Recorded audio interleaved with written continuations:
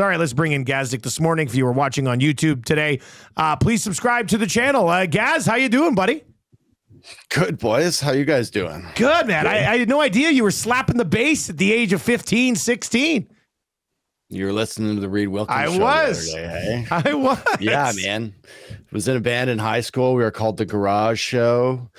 Played a little bass by default. We needed a bassist, so I just grabbed one and started playing, and we were just ripping around the city of Toronto, playing venues and gigs and covering old 70s rock. It was the time of my life. What did you were you a finger guy or more of a pick, or did you slap? Like, what was the kind of the style? Good question. It depended on the song we played. So we opened with the same song every venue we played, which was Led Zeppelin's Rock and Roll, which is just like that, that drums right off the start. So a song like that, I can't walk that with my fingers. It's too quick. So I always picked it. But whenever I could like Flea, Red Hot Chili Pepper style slap it, I'd prefer that. Nice. So do you have a bass in your house right now? Like, do you still pick it up once in a while?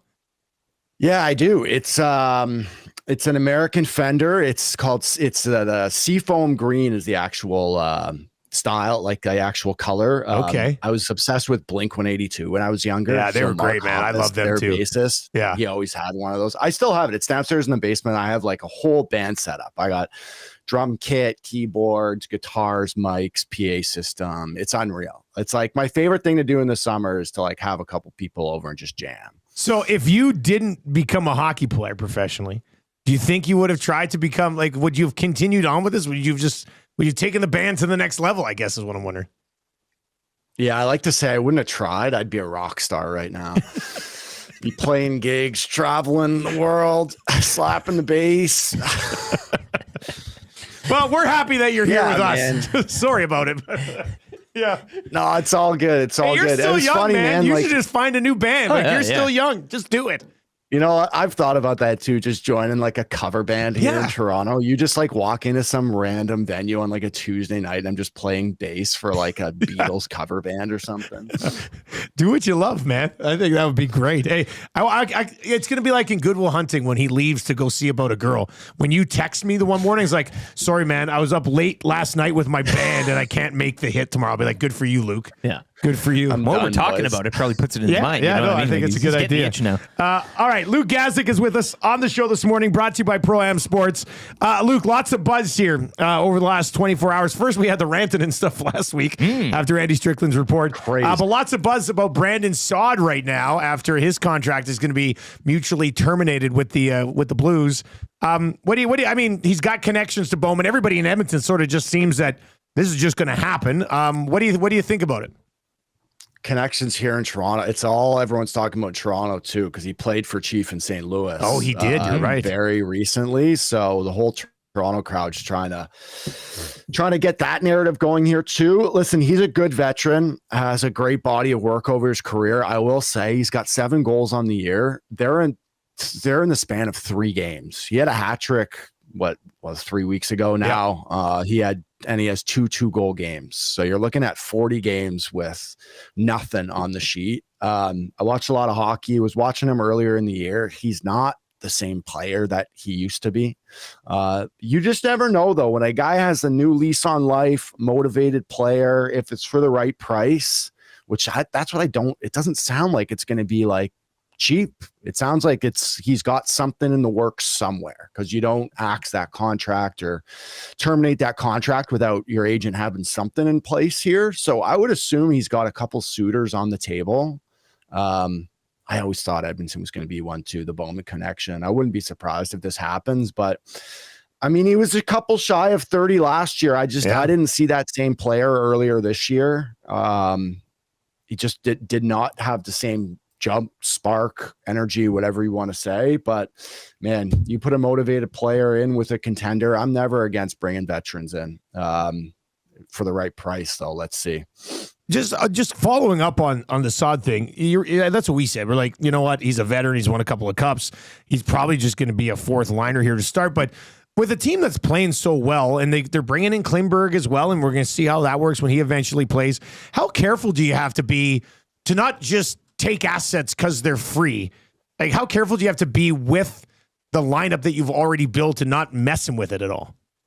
Yeah, I think that's a good point too. Like, I like the way the group's going right now and the way the group looks. Like, he's tinkered with the lines a little bit, but seems to have a good combination going here, at least in the forward core. The only thing I'd really do is mix up the back end, and that's what they're going to do with Klinger, right? I think, are we getting to see him Saturday? He's not tonight, right? I think Saturday is when it looks like Saturday. Knobloch just keeps being like, it's day to day. If it's not this week, it's next week. So we're not 100% sure yet. That's kind of my thing right now is we're taking a chance on one veteran. So I don't know if it's the chance to have, two kind of older guys coming in, trying out for this, but I like the way the group's going right now. And I think you can kind of sense the way I'm looking at it here. I don't know if right now is the time to kind of tinker with the group that's going the way they are, but we'll see. We'll see, man. Well, I was going to ask you too, like we talked about the production or lack thereof this season with him, and that's certainly one case when it comes to an athlete or player. But you've been in a room. What is the whole vibe check when I know fans like to talk about two-time Cup champion, bringing him on, and you can never get enough of that experience, enough of that. This is a team that got to Game 7 last year. So how much do you weigh that with this group right now, and how important is that within a room when you might bring in a guy? Albeit maybe not producing at the level he used to, but with the pedigree he carries. It's always a good thing. Like, I'm never against bringing in veterans like this, especially guys that have won cups.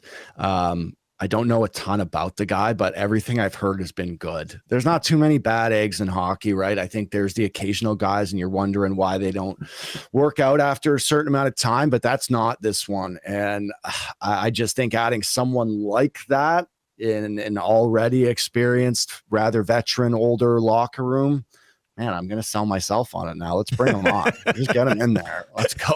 Like, the more I did the same thing. I just got off Toronto radio at 8 a.m. or Eastern time over here. And like, I almost sold myself on bringing them into Toronto.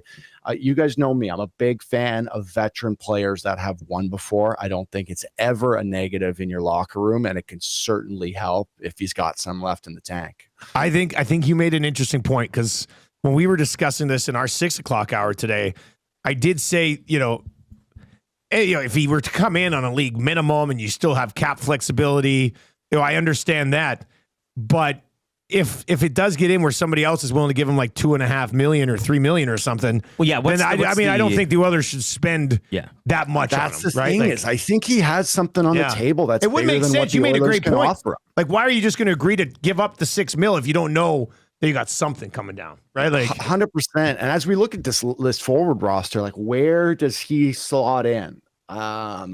I mean, Paz has worked great on the left side with Leon. Obviously, they've moved Nuge around a little bit. Do you have him play fourth line? I guess that's it. But if it's for $3 million or $2.5 million or whatever they bring him in on, are you going to play him on the fourth line? That doesn't make sense. Like, that doesn't make sense. It doesn't make sense. And now you're trying to figure out what you do with Jeff Skinner in that position too. So the Skins come out of the lineup. Like, I just think there's a lot of factors in having to move around to make this happen. And I think he's got something better on the table. I think there's something out there that's not Edmonton and that's not Toronto that we're going to see come here soon. I wouldn't be surprised. Colorado's one I've heard. So we'll see. Luke Gazdic with us on the show, brought to you by Pro-Am Sports. The Detroit Red Wings roll into town tonight, led by Todd McLellan. You played for Todd when you were here in Edmonton. What was he like to play for, and what do you think of the job he's done, early in Detroit?